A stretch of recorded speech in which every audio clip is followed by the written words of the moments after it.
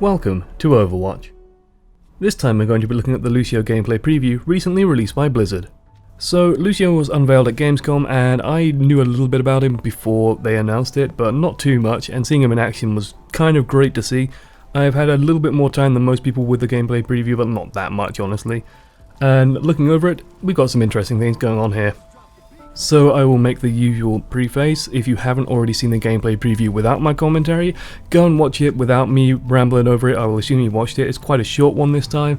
So go and have a look at it, see what you think, and then come back and see what I think, and we can compare thoughts in the comments. And as usual in these intro segments, I want to have a focus point, something for you to think about while watching the game, just a general concept to watch. And for this one, it's going to be Lúcio's flexibility. We're going to see him throughout the game basically fight with the team, but then occasionally just dip off to the side, skate away, run along a wall, fight someone one-on-one, or look around and scout out for little individual picks, where he can use that mobility, that speed of his, and that ability to skate around and jump off walls and do interesting things with that, and find individual picks or find little pathways to exploit, and he's constantly doing that, then coming back to the team, amping it up, and doing a lot with that, and it's something to keep an eye on throughout the game. And I think it's going to be one of the stronger ways to play Lúcio, especially this time he's playing a very variable role where the team kind of needs his support and kind of needs his abilities, but as long as he's coming back every 12 seconds to throw an amp it up out, he's still doing his job, and this team is very reliant on dealing a lot of damage, so he's also providing on that regard. I'll also give the usual caveat that the developers have chosen not to change heroes during the game. This is because they make their names into the heroes, and changing it would then get very confusing. It's also just to help keep things simple in case a new person unfamiliar with the game decides to watch it and wants to see very clearly and quickly what's going on. So the map is Numbani, and this is a new map unveiled at Gamescom, and it's similar to King's Row, and that it is a hybrid attack-defend map with a payload component afterwards. So the first point, you get to the payload, you capture the payload, and then from there on you have to get to a second payload point and then the final point to finish off. From what I can tell, this map is typified by having a lot of sort of buildings that you can cut through, as well as balconies and walkways that basically go across the entire map. So there's a lot of flanking pathways, there's also a lot of good pathways for Reaper to get onto, because he can simply teleport up onto the top floor and move around on there. It lets Tracer get around very quickly and easily as well, and I imagine Hanzo will probably have a good time on this map. Also, probably Widowmaker as well, being able to grapple around and having things to grapple to is all very useful. Otherwise, as I haven't played on this map myself, I can't tell you too much more about it, but we'll see how it goes and we'll see how it develops on there. If you have played on the map, do feel free to try and describe it in the comments as well. It's all helpful to have as much information out there as possible. And let's introduce the teams as normal. We have Lúcio, of course, we have Reinhardt and Zarya providing tanking, we have McCree and Reaper dealing out the damage, and we have Tracer on the flanks nipping around and dealing what damage she can. And on the defending team we have Winston tanking up at the front, we have Mercy and Farah making a welcome return, Torbjorn on the defense, and we have Soldier 76 and Hanzo rounding out the offensive capability of the team. So from the attacking team, we are going to see basically a solid movement forward with Tracer nipping around, being Tracer, basically annoying everyone on the flanks, while everyone else groups around Lúcio. I'm particularly impressed by the Lúcio and McCree combo. We'll make more comments on that as the game progresses and after the match, of course. Meanwhile, the defending team, fairly standard, fairly typical, want to just set up a strong backline with Torbjorn and fight around that, use Mercy and Farah's damage to basically keep them off the payload, and we'll see how well that goes. Okay, let's get into the game. And welcome to Numbani, a glorious utopian futuristic city where robots and humans have united for the betterment of everyone. And here we have our nice attacking spawn with McCree playing with the bins. Very socially irresponsible, and also someone's done a dent in the wall as well. Bloody hell, guys. Keep it together. But yeah, we're going to see excellent use of Amp It Up for the speed boost, instantly getting into cover and instantly getting into this cafe, where we're going to have our first real brawl, and it's going to be a real slobber knocker of one as well. Winston instantly taken down by the huge damage output of this offensive team. There's a lot of offensive units on this team. Soldier 76 trying to drill down Lúcio. He could actually probably finish Lúcio off if he just bothered to fire the last few shots into him, but decides to run, and Reaper puts a shotgun shell into his back. Immediately, the attacking team have just dashed for the point. They've just ignored everything and run straight for the point, and the defending team don't really have an answer to this. I don't know what happened to Torbjorn's turret, I don't know where it was, but it evidently was taken down. Winston going to leap in, and here we see why Lúcio is such a strong pick with a Winston on the map. Winston jumps in, and Lúcio knocks him back immediately. And with the offensive output on this team, yeah, Soldier 76 just demonstrating that for us. You're not really going to be able to stand up and fight them for long without that front line in place, and even the front line on his own with Mercy healing him isn't going to last. A little bit of tumbleweed bouncing around there, not doing much. And we're actually going to see McCree do a lot of good on this map as well. He does a really good job of locking down the Farah, but now we're going to have the slow grind forward with the payload.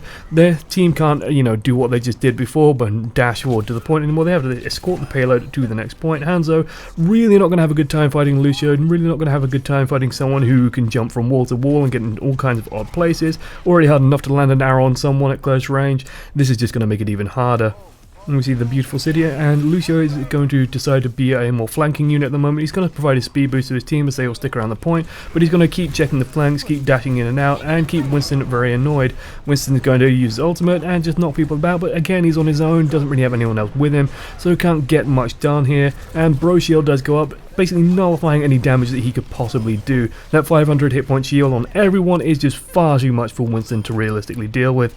Hanzo taken out, Reaper going to get healed up as we expected the healing aura, just top everyone off. Reinhardt soaking up the turret, but Zarya and Reaper managed to pick it off. Not in the best location there as it was kind of exposed and vulnerable, and Farah just eventually picked off by McCree and Lúcio, landing a few shots as well. Does pick her out of the sky. When she's floating around like that, McCree has a very easy time of landing those important shots, dealing a lot of damage and picking her off, and of course Reaper as well, but he has a shotgun, a weapon designed to shoot aerial creatures. So Reinhardt taking up front and centre, pushing forward as the team slowly grinds up with the Doom Fist on the payload there. A dragon does come through, but speed boost enables everyone just to slickly and cleanly get out of the way. Soldier 76 trying to pick up some damage on the side, will sprint away and dash away, trying to get to safety. Mercy does pick him up and does start drowning healing into him, and this is not a good fight for Lúcio, but it is a good fight for Zarya and for Tracer, who do manage to pick him off. We don't get to see much of Tracer on this gameplay preview. She's, I imagine, running around dashing all over the place, and Hanzo takes some damage and makes a fatal mistake of running to the health there next to this tasty cliff edge, and here we get some glorious fan service as Hanzo is pitched off the edge. So here we're going to see them try and take the final point, and it's looking pretty good for the attacking team right now, but Winston does leap in, and Zarya does manage to stall him out, but his ultimate will do enough, and especially with the Farah ult not getting interrupted for a change over there, and does manage to deal a lot of damage. Winston doing a lot of disruption, doing Winston things, and Farah still in the air, picking people off, does manage to knock everyone around, and will land the rocket onto Lúcio. Lúcio is not a good choice for fighting Farah directly on a one-on-one, simply because she is just too difficult to hit with that projectile weapon. So the attacking team is stalled out, but they will get back into the action very quickly thanks to Lucio's speed up aura. Reinhardt has managed to get onto that high ground, not exactly sure how he managed to sneak his way up there. Not entirely sure how useful he will be up there. I think he wants to be down front and centre with everyone else. And here we see something interesting. McCree's fired off Deadeye, and the speed boost is going to enable him to actually use it more effectively and get into position. But Torbjorn has got a level 3 turret set up, and it's in a kind of an awkward place to deal with. Now I do think from the front you could probably try to snipe it off, and Hanzo again, close range. Lúcio deals a lot of damage, will pick him off nice and quickly. Soldier 76 trying to get some sneaky shots off, does fire a rocket at Zarya, but doesn't manage to do much else as he sprints back to the safety of the team. We can see the turret over there, and we are landing some shots into it, but Torbjorn's safely tucked behind it, safely healing it up. Reaper getting topped off by Lúcio there, and picking up the health. And here we can't attack from this angle, simply because the turret is just laying down far too much suppression, and the rest of the team can just drill shots through there, so we can't really do that. Tracer does manage to get the bomb onto Torbjorn's turret, but we hear Molten Core go off immediately afterwards, and this is the strength of Torbjorn. Bomb goes off, Molten Core goes on, and instantly the level 3 turret is back. I think it's already back to level 3 even now. Reinhardt trying to push it front and center, but won't be able to do it in the face of the turret, and Soldier 76 fires his ultimate off, and that's not a deal that Lúcio could ever possibly hope to win. Just easy mode kills for 76 there, and he probably will do a lot of damage to Zarya as well before sprinting off nice and safely, probably picking up the health on his way back. So we are going to see Reinhardt and Lúcio dash back into the action, dash back into the fray. This is one of the main benefits of the speed boost. If you do get aced, if your team does get completely wiped, you will get back into the fight much faster than anyone else. And because the win conditions are limited by time, this is a very useful thing. Now Reinhardt and Winston are going to have a slap fight, Winston wisely retreating as he can't out-slap Reinhardt's massive hammer, and we're going to see Reinhardt just soak up some damage while the rest of the team gets into place. Lucio's shield is up and ready to go, so what they're going to want to do is stay together, and here we go, the shield goes off, 500 hit points on everyone, and they're going to push forward and try and go for a win here, drilling damage into that turret. Torbjorn has fired off Mortman Core, he's trying to repair it, but the turret I believe does eventually go down. Will get picked off, Reinhardt tanking up a lot of damage there as well in those final moments. This is a beautiful shot by Hanzo, really nailed that final blow. But they do manage to use the bro shield, manage to charge in, and that's enough tankiness to take out the turret, take out everyone there, and score a victory. Again, that shield is so clutch and so powerful, and we're going to see some nice kills by McCree. I really like the McCree-Lucio combo. I think this is a very powerful combination. That extra speed lets McCree get into close range, lets him drill those bullets into people, lets him do that fan shot that is so powerful, and just enables him to pick up these nice, clean and easy kills. Good stuff there. Like to see it in Torbjorn topping off the scoreboard. Well, McCree's first, but Torbjorn's second. Just throwing that out there. So as always in this nice little post-match analysis, I like to focus on the teams first and foremost because they aren't changed, so we get a nice focused look at the strengths and weaknesses of each group. And let's start with the attackers because they had a really robust team and they had a really strong time. I mean, they basically didn't lose anyone really until that final point. They had a really clean push. The first point, we see Lucio's strength. They immediately get into cover, immediately get out of the open and get into this tight environment where McCree shines, where Reaper shines, where Reinhardt shines, where Zarya shines. And they just demolish the defending team. And that allows them to pick up a few kills and basically lets them steamroll to the first point and take it instantly. One of the key strengths I think of Lucio is he's going to allow you to capitalize on any team wipes that you manage to score. It lets you move so much faster to the objective and get there quicker that you're basically shaving off the enemy respawn time. You know, they respawn, they have to get to the point at a certain time frame, and they have less time to do so with Lucio on your team. Just a nice side effect on having a speed boost on a game with time-based victory conditions. After that, we see a fairly stable push going forward. The defending team, I think, could have benefited from a Widowmaker. I look at this map, and I wish I was at Gamescom, because I would have played Widowmaker all day on Numbani. It's all catwalks, it's all open spaces, it's a payload map. Having a sniper being able to suppress that would be amazingly strong. Unfortunately, they didn't have one. They had Pharah and Mercy, but it looked like Mercy was more attached to Winston than to Pharah, and I think that's a mistake, especially on a payload map where everyone's going to be wanting to cluster around a single point. Firing rockets into that is going to be very strong for obvious reasons. So we see Winston dive in quite often, not do much, not being able to sort of stand up to the absolutely insane damage output on the attacking team, and maybe Winston was trying to buy time for Torbjorn to get a turret up, who knows. Maybe he was trying to put some damage in, but putting damage into a team with Lucio on it doesn't really work. One thing that Lucio will do incredibly well is nullify the effect of poke damage. If the team has no good long-ranged options, such as the team that we see here, we have some good medium-range options, and Hanzo's okay at long range if he's firing pot shots and lands the occasional one, but nothing really concrete, nothing like a Widowmaker just, you know, chunking people down for most of the hit point pool. And Lucio is just going to stand back, sit at the back, heal everyone up nice and slowly with that aura, get them all fixed up, and then they're good to go and good to push forward. We do see a very strong final point, however, from the defending team, and they should be commended because Torbjorn does a really good job here, and it kind of demonstrates the power of a turret with a team supporting it, because the level 3 turret is there and it did get blown up by Tracer's ultimate, but it's instantly rebuilt, and the team is covering enough angles and enough places where they can't get easy cheap shots on the turret. They can't just pick it off. You know, Mercy's there healing people up, Winston's there sort of blocking zones, and then you have Soldier 76, Hanzo and Pharah shooting down these pathways, these flanking paths, and disabling the team from just getting good angles onto the turret, and then letting the turret do its job, defend the point, drill damage into people, and basically stop them until Lucio's ultimate comes up. Now, Lucio's ultimate, I think, is something that's going to have to be looked at.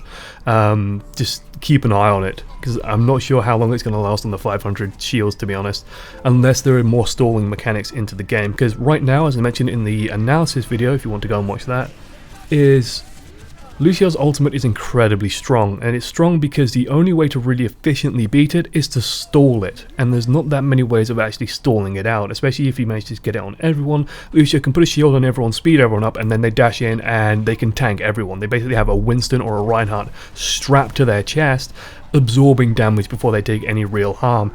And I can just imagine the crazy world where you have like Lúcio and Zenyatta on a team, for example, and you fire off Lucio's ultimate, run in, and then fire off Zenyatta's ultimate. No one's ever going to die. So they do manage to get that final point off. The only thing I could really see stopping that final push would be like firing Hanzo ultimate as they push into it, and then hopefully stripping away enough shields that you take it out. Maybe the barrage as well could do it, but Torbjorn's turret was definitely a goner there, because any of the team could tank the turret with Lucio's shield on them, and that's so strong, that's so good for an ultimate. That said, Lucio's power on his own isn't that great. I mean, we do see him get some kills, but you know, one-on-one against Soldier 76, he's very weak. One-on-one against Pharah, he's very weak. He does quite well against Hanzo, but Hanzo isn't really a one-on-one duelist. As I said in his videos, Hanzo really doesn't want to be caught on his own against one-on-one against people. He wants to be coming at surprising angles, he wants to be finding people on their own and picking them off cleanly. And just to round out the video, let's talk about a general concept. Now this was a concept that I'm also going to address in the Torbjorn gameplay preview that I actually have prepared but have thrown out I think twice now, because I end up going on a ramble and I don't think it's all completely relevant, and I want these videos to stay somewhat short, snappy, and interesting to say the least.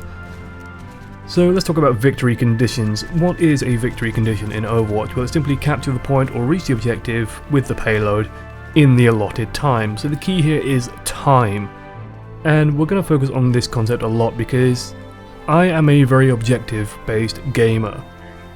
I am the kind of person who, you know, I don't like pissing around and showboating trying to get extra kills when we could just win the game. I'm that guy who, you know, no fun allowed, let's win, let's focus on winning the game, not getting kills, not making big plays, let's do it clean, efficient and nice and tidy. And what we see is a team doing exactly that on the gameplay preview, which makes me very happy in some ways and very sad in others because we don't get a nice long game to dissect. Especially with this first point, they get a number of kills on the defending team, maybe even wiping the entire enemy team. Part of this is why I wish we had some form of death tracker or a kill feed sort of feature going on, so we knew exactly who was up and down, but they immediately rush to the point, sit on the point and get everyone there, capture it nice and fast, and the defending team basically holds out for 1 minute, and that's really not going to help them in the long term. Simply because every time you capture a point, you get additional time. So the first point is always going to be, you know, kind of easy to take. That's how it's designed, that's how it should be designed. All the best maps that use multi-stage points will generally have the first point be something of a given. That said, being able to buy time with it is always the most important thing to do. You want to sort of drill them down, either build up your ultimates, or you want to stall them out for as long as possible, buy as much time as you can, and then they have a harder time pushing that final point, which is immensely hard to take. And this is going to be something I'm going to be talking about more as we go forward. Now, just before we finish out the video, I do want to pay special attention to what I think is the team play moment of the game, which is this point defense by the defending team just as the attacking team reaches it for the first time. And what we see here is a great layering of ultimates.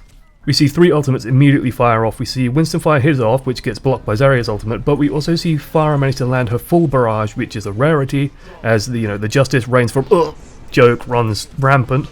And we see Soldier 76 fire off his ultimate as well, giving more guaranteed damage, and that basically wipes the entire team, and it's the first time that they really got stalled out. This gives Torbjorn time, this gives everyone time to set up their defenses, and it's the real game-changing moment for the defending team. Any chance they had of victory was defined by that moment. Unfortunately, they lost it in the end when, Lúcio came in with an amazing push and closed out the game. Otherwise, there's really not too much more to say about this game without starting to ramble excessively, so I shall spare you that honour. If you haven't checked the character analysis of Lúcio, I recommend going and doing that, and hopefully it will inform you on a few things about the character and his overall playstyle that is not quite covered in the gameplay preview. Thanks for watching to the end. I have been one amongst many, and I do implore you to leave a comment if you have anything to say. I do read them all, and the feedback is always such a big motivator for me. If you want more of the similar content delivered straight to you, then hit subscribe. If you like the video, then hit like, all that YouTube stuff. Otherwise, thanks for watching. Toodles.